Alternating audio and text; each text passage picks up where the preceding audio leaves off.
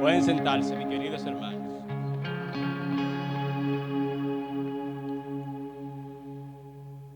Muy buenos días. Que la gracia de nuestro Señor Jesucristo sea con todos y cada uno de ustedes.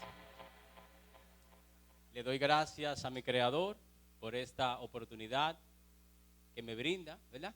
De estar aquí, de amanecer con vida, de poder respirar, de poder caminar. Ya me harté mi barriga y estamos aquí. Bueno, el pastor, como debe de ser, antes de utilizar un miembro, le dice, ¿verdad? Si usted está en condición o si puede. Le voy a decir algo breve porque no vamos a durar mucho. En una ocasión había un hermano que él tenía mucho tiempo sin ir a la iglesia. Entonces, cuando él fue a la iglesia, él duró como 6 meses sin ir a la iglesia. Cuando él vino, se sentó en los medios, por ahí por donde está el pastor Willy, y el pastor que está dirigiendo dice: oh, pero aquí tenemos un hermano que teníamos mucho que no lo veíamos. Vamos a darle una oportunidad. El hombre tenía 6 meses que no iba a la iglesia. Le dan su oportunidad. Hace mucho que yo quería verlo a ustedes, para decirle que yo me salí de esta mojiganga. Y entregó el micrófono. Entonces, mis queridos hermanos,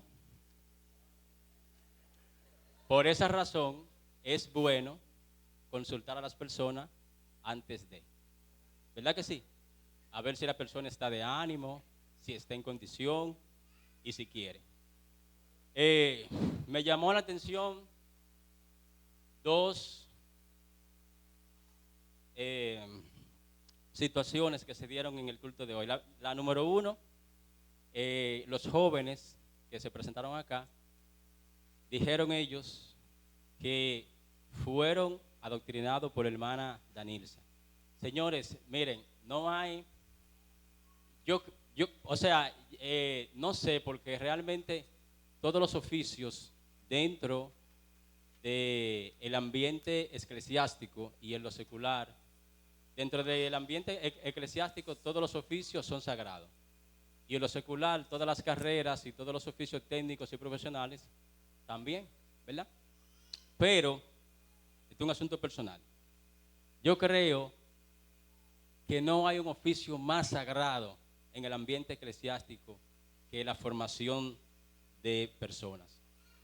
Cuando usted toma su tiempo para usted formar un individuo, entiéndase, eso es que la Biblia dice que el maestro dará cuenta al Creador por sus acciones. Porque que el maestro enseña. Dice el Talmud, que es un documento de la tradición judía, que tu maestro es más importante que tu papá y que tu mamá. Oiga, ¿por qué?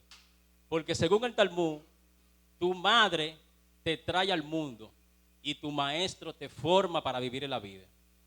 Y por eso usted ve que en Israel los maestros y en otras latitudes son tan venerados, porque el maestro viene a formar el carácter de la persona. Mi jefe inmediato en la universidad, que es mi jefe inmediato ahora, fui yo que lo formé, y es un rabino de alta categoría, pero él en escenario, cuando yo llego, él dice: llegó mi maestro. Todo el mundo mira para atrás, porque un toro con totuma, así, que diga que él fue que lo enseñó, pero realmente ya yo no estoy a nivel de él.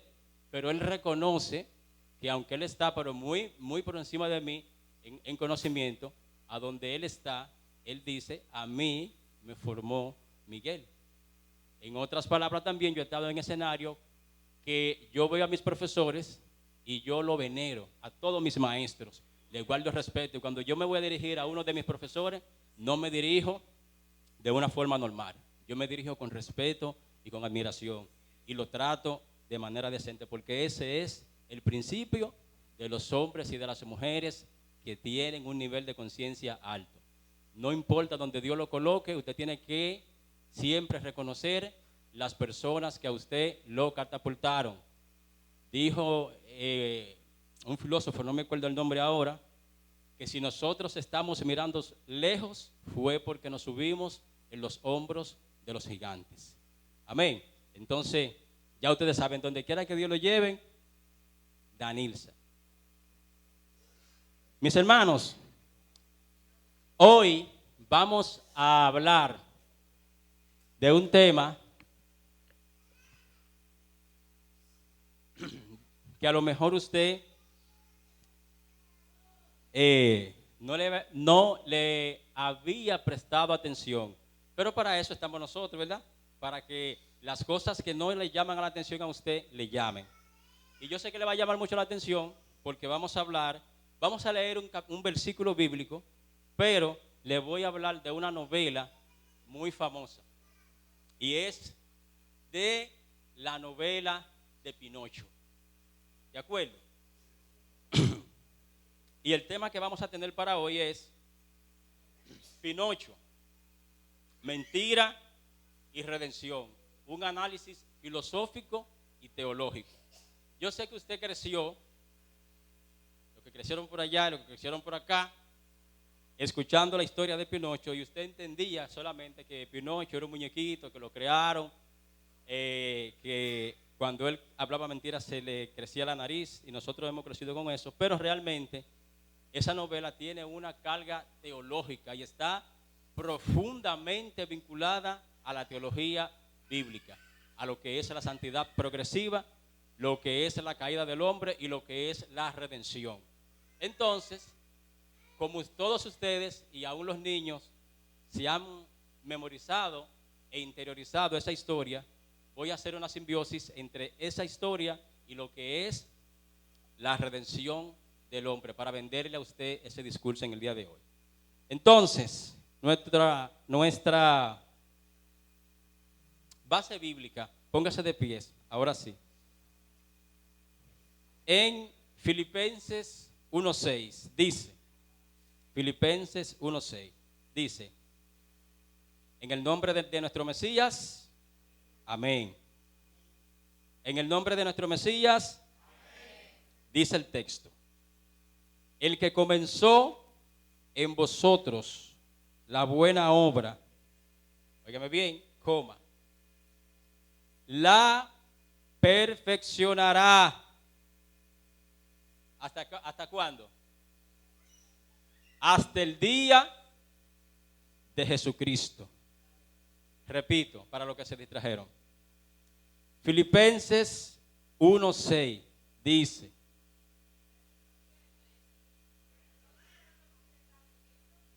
Filipenses 1:6.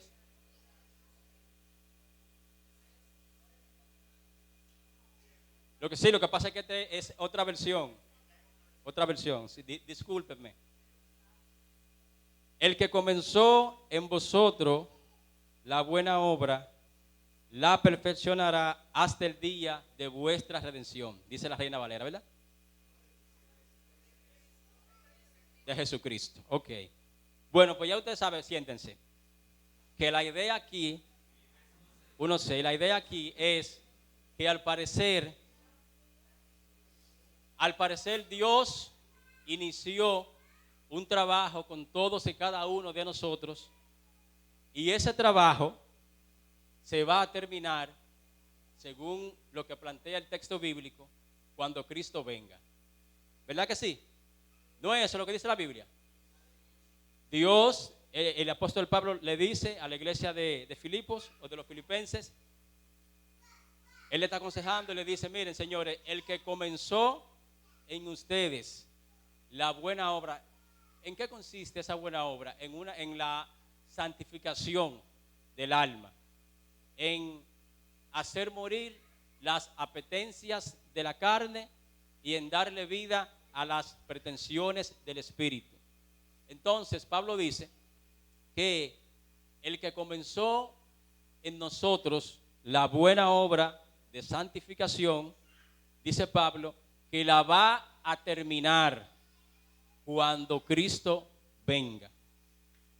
Lo que quiere decir esto es, desde el punto de vista bíblico que nuestro Creador continuamente va a estar trabajando con nosotros. Por eso, en una ocasión, Jeremías tiene una visión cuando el pueblo de Israel estaba bastante agobiado porque estaba desesperanzado, y Dios habló con Jeremías y le dijo: mira, vete a casa del alfarero y quédate ahí. Entonces Jeremías dice que él obedeció a Dios, fue a casa del alfarero y vio que el alfarero estaba haciendo una vasija y que la vasija en el proceso de elaboración se dañó. Pero Jeremías le llamó algo a la atención, que el alfarero no botó, no echó al zafacón la vasija que estaba dañada, sino que dice que el alfarero rediseñó la vasija según él entendió que mejor le iba a convenir. Lo que quiere decir esto es que el proceso de santificación, corrección y evolución espiritual del creyente no va a terminar hasta el día que venga nuestro Mesías. Por eso, no se desespere con las falencias que usted tenga en el carácter. Yo sé que hay muchos de nosotros y muchos cristianos que tenemos batallas con situaciones internas que nadie las ve. ¿Verdad que sí? Que solamente la conocemos Dios y nosotros. Y esas situaciones internas, esas batallas, esos defectos que no son visibles al ojo humano, nos atormentan y nos avergüenzan en nuestra soledad. Y muchas veces nosotros queremos apartarnos del camino, pero las Escrituras dicen que nadie, por más torpe que sea, se aparte del camino, sino que se quede. Y una de las doctrinas fundamentales es que hay personas que entienden que cuando tienen alguna situación no van a la iglesia, y tú le preguntas: ¿por qué tú no vas a la iglesia? Bueno, porque estoy enfermo, porque tengo esta conducta y tengo que abandonarla. Sin embargo, la recomendación es que las personas se sanan cuando visitan a los médicos. Nadie se sana en su casa de que haciendo té, olvídese de eso. Todo el que se sana visitando un centro médico, sea naturalista o sea farmacológico. Hay que visitar al médico en una condición de salud. Entonces, en una condición de salud espiritual, la presencia de Dios y la casa de Dios son el hospital. Si usted, por filosofía personal, entiende que esa enfermedad le imposibilita a usted ir a la presencia de Dios o a la iglesia, usted nunca se va a sanar. Y ahí entonces es que entra la gráfica de la comparación que vamos a hacer de la novela de Pinocho. Miren, la novela de Pinocho, que fue escrita por un italiano que se llama Carlos Collodi, y esta novela comenzó a publicarse en el año 1881, pero 2 años más tarde comenzó entonces a circular en un periódico infantil en Italia.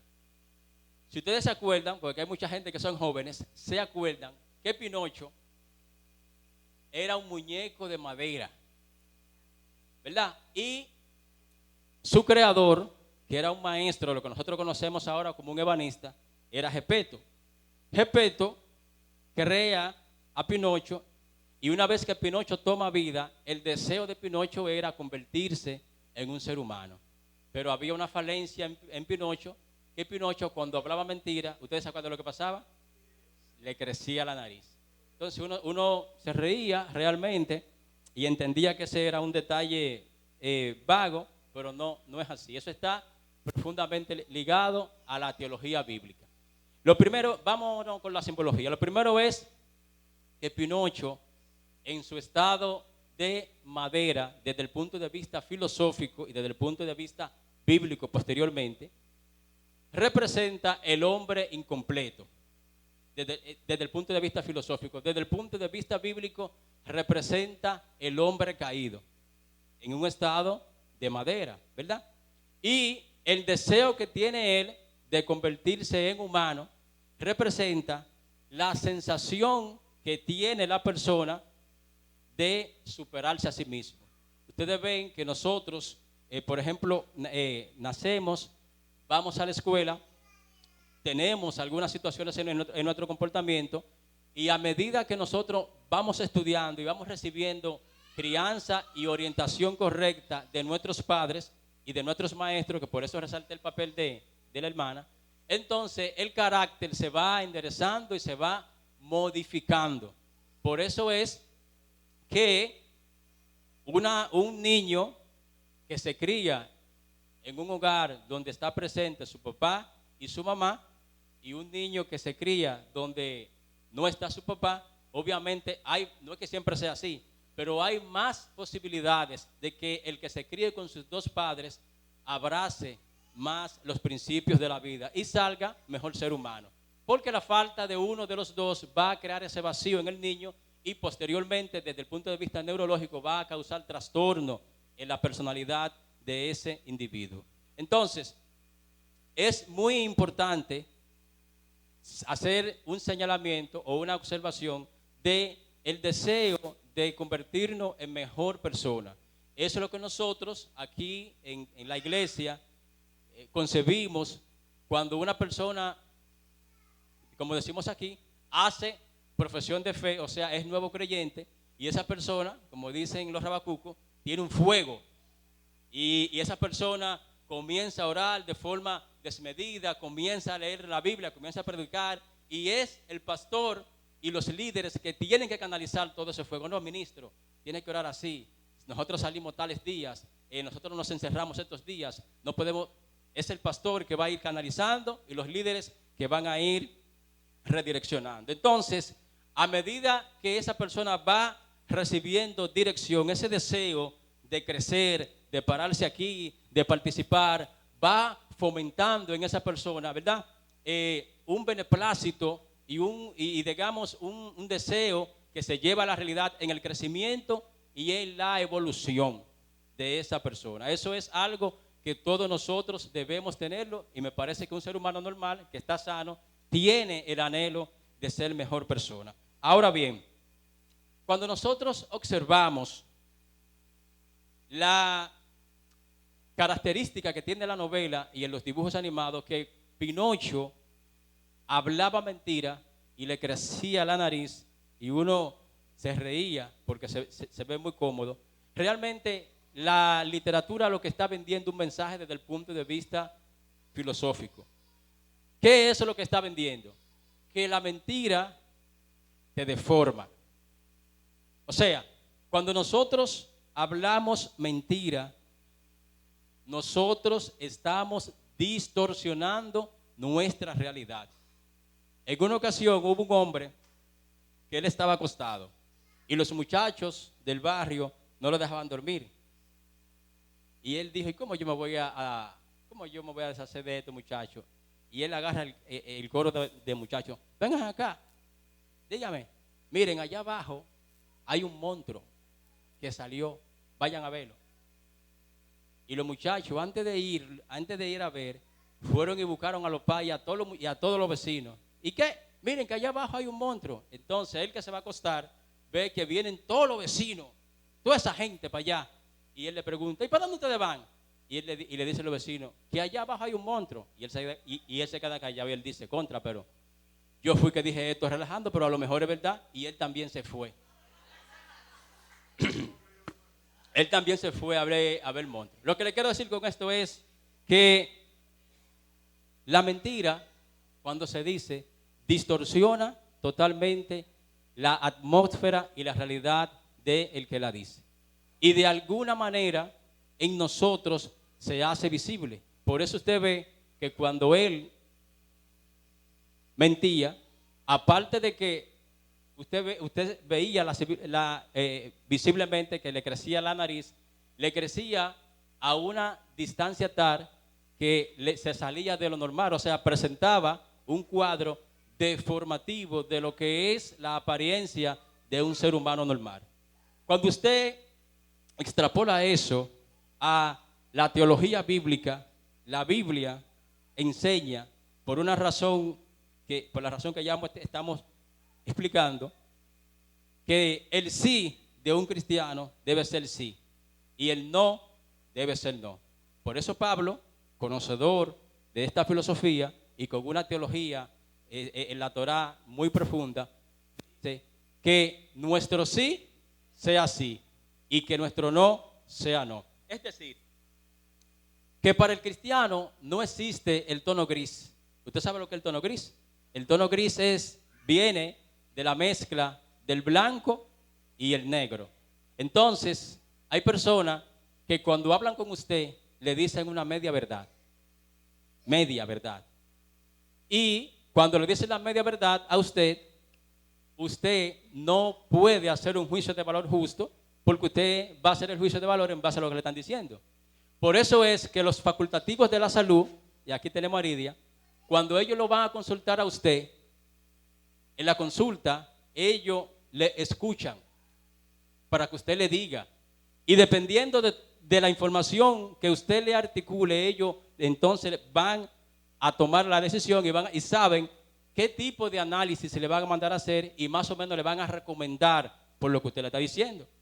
Si la información que usted le da es distorsionada, evidentemente el diagnóstico también va a estar distorsionado.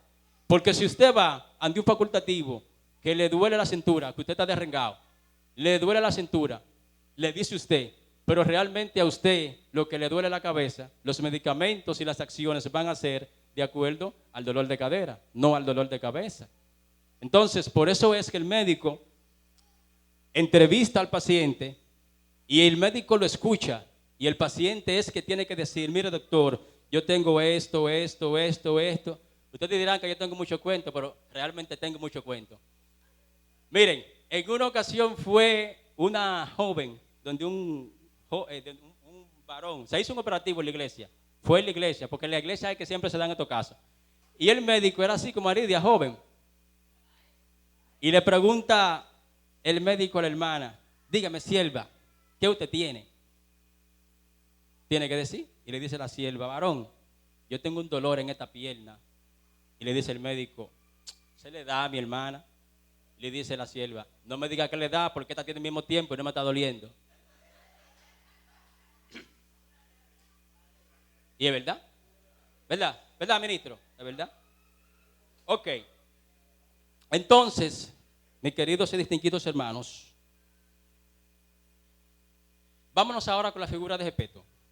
Que Gepeto representa nada más y nada menos que al Creador. La Biblia dice que Dios fue quien creó al hombre a su imagen y semejanza, ¿verdad? Y en la novela, Gepeto es que crea a Pinocho. Y usted ve en la novela, no sé cuánto han visto los cómics, pero ustedes ven que Gepeto es extremadamente débil con el muñeco, con Pinocho. Extremadamente débil. Y Pinocho comete muchas faltas. ¿Y qué hace Gepeto? Siempre lo acaricia, no, Pinocho, no es así. Y a veces, en ocasiones, yo me acuerdo de episodios donde Pinocho se sentía mal consigo mismo y se iba. Él mismo se iba porque él no se sentía indigno de hablar con su papá porque él le fallaba mucho. Y Gepeto, ¿qué hacía Gepeto? Salía por las calles de París a buscar a Pinocho.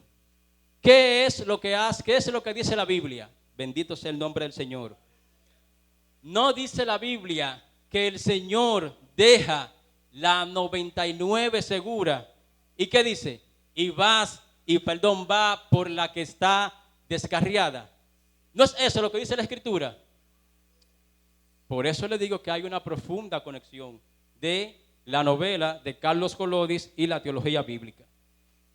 Gepeto nunca, en lo que uno ve los cómics o aparece en la literatura italiana, en la novela, nunca aparece en ninguna línea que Gepeto tomó acción contraria para Pinocho.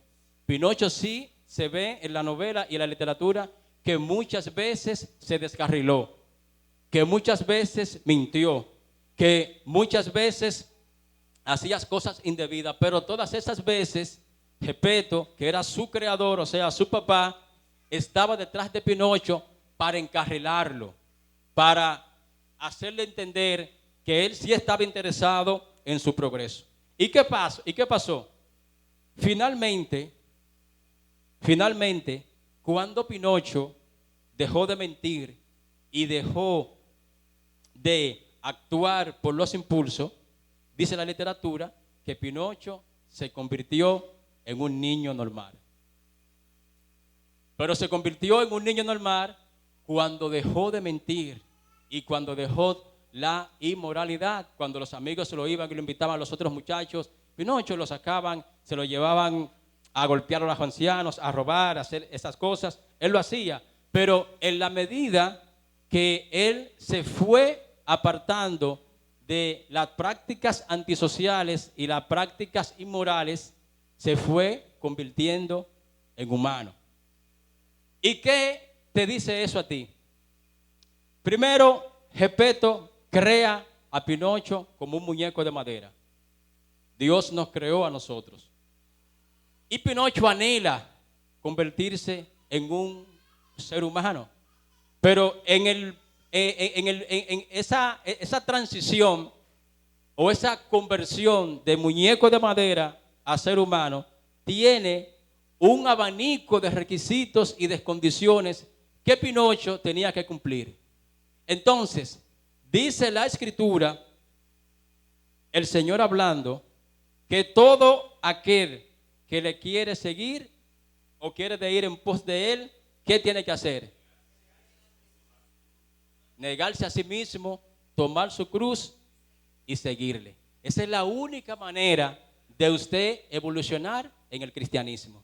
La única manera que Pinocho consiguió para convertirse en humano, o sea, para transicionarse, fue cuando él se apartó de la mentira y de la inmoralidad.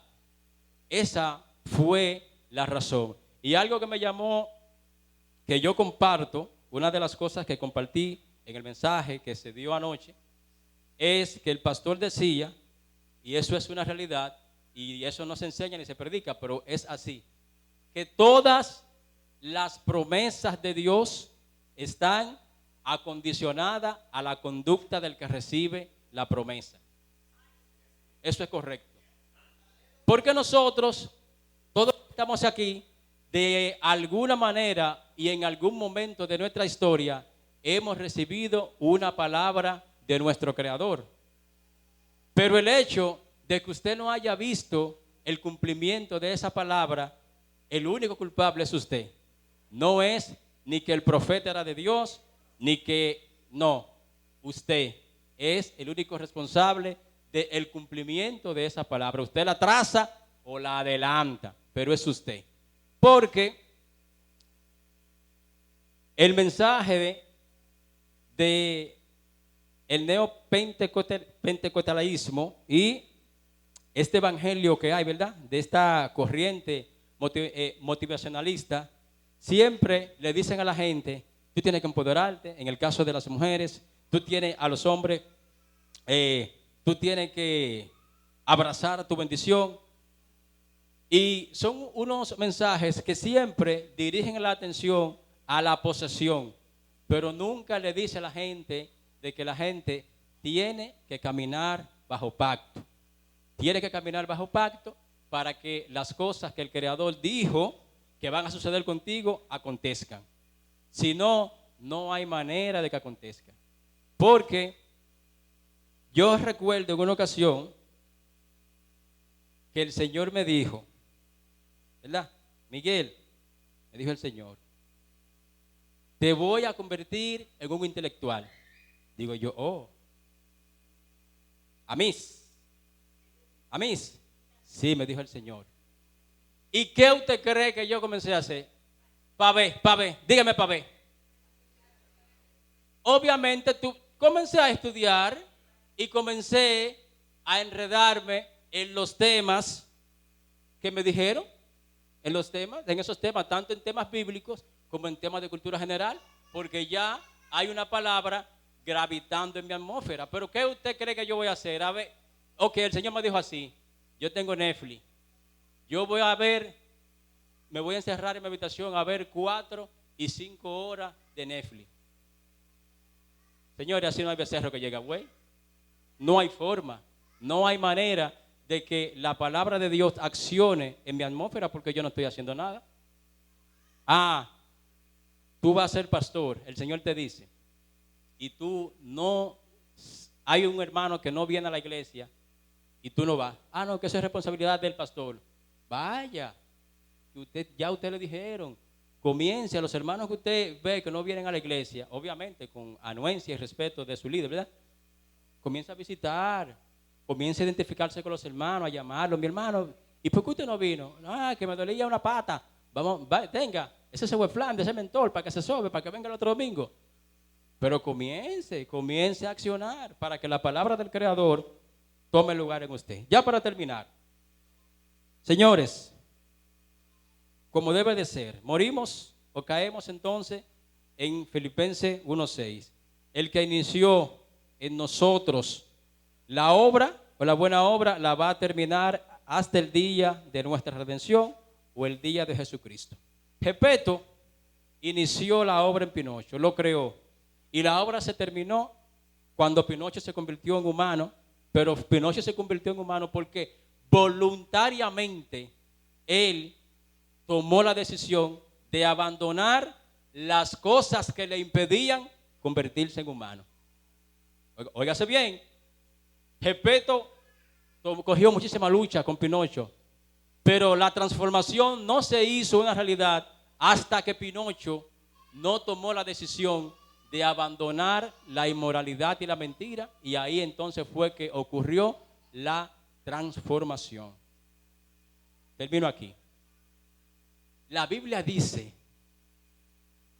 y yo se lo voy a preguntar ahora a ustedes, y usted me lo va a decir si se lo sabe.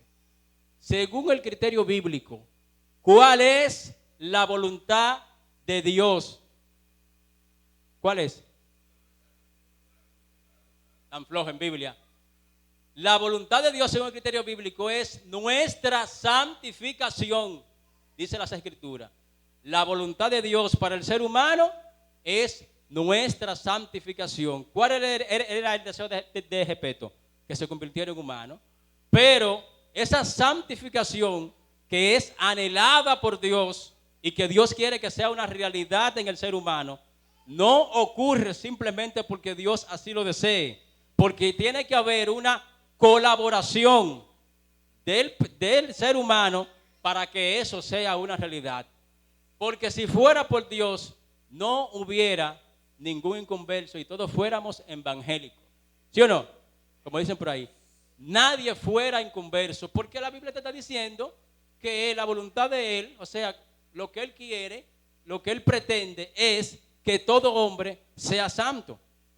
Pero que no basta, óigame bien, parece una locura lo que le voy a decir, porque Dios es todopoderoso. Pero es que el deseo de Dios no basta si usted no acciona. ¿Cómo va a ser? No, óigame bien, el deseo de Dios para usted no basta, no es suficiente si usted no colabora. Es que Dios, aunque Él desee, quiere, y usted dirá, pero Él tiene el poder para santificarme de una vez y por todas. No es así, las cosas no funcionan así en el mundo espiritual. En la reunión de los 5,000, Jesús le dijo, ¿qué hay por ahí? Y hubo un silencio. Y alguien dijo, dicen algunos historiadores que ese muchachito era un morenito y que nadie nunca lo miró y nadie nunca le hizo caso. Nadie.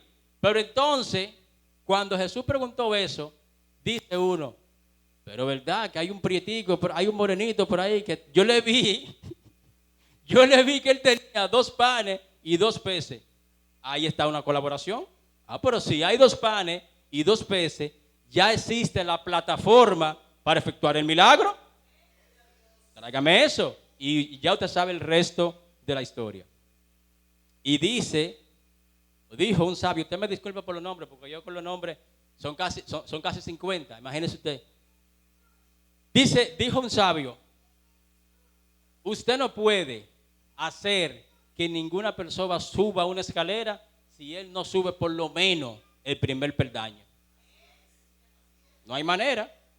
En la relación de pareja, A veces tú no quieres divorciarte, pero dice la mujer quiere que tú... pero uno sí y otro no. Es como, yo estaba en una ocasión con un amigo y le dice un hombre a mi amigo, ayúdame con este armario. Él le dijo, ayúdame con este armario. Y yo estaba ahí al lado. Y yo veo que ellos están embromando con el armario, embromando con el armario. Pasa mucho trabajo, mucho trabajo. Y en una el hombre se cansa y lo pone en un lado. Y dice el hombre, ay, cuánta brega me dio meter este armario. Y le dice a mi amigo, por entrándolo, yo pensaba que era sacándolo. Él estaba haciendo la fuerza contraria. El hombre lo estaba por entrar y él lo estaba por sacar. Obviamente no se pusieron de acuerdo y por eso cogieron tanta lucha. Entonces, eso mismo pasa cuando la voluntad de Dios en el hombre, la voluntad del hombre no se alinea con la de Dios. Nosotros pasamos muchísimo trabajo, porque Dios te quiere colocar en un sitio, pero tú no quieres. Mire la prueba, lo que pasó con Jonás, y mire lo que pasó con Elías. Dios tiene buenos deseos para ti y te quiere colocar en un sitio, pero esa colocación en ese sitio va a depender de tu conducta y de ciertas reglas que el Creador te va a poner que tú debes de cumplir. Y solamente eso se va a hacer una realidad cuando tú lo hagas. De lo contrario, usted va a morir como el camello, con la totuma. Y no va a haber el cumplimiento de lo que Dios le dijo. Ciérrenme en definitiva. Pero, como nosotros somos la iglesia Camino Emmaús en vivienda, ¿verdad? Vamos a expresar una palabra en el mundo espiritual y vamos a orar para que Dios la tome. Y usted va a repetir conmigo. Lo que Dios, tan flojo, usted va a comer ahora. Lo que Dios ha dicho de Camino Emmaús se cumplirá. Dios me le bendiga.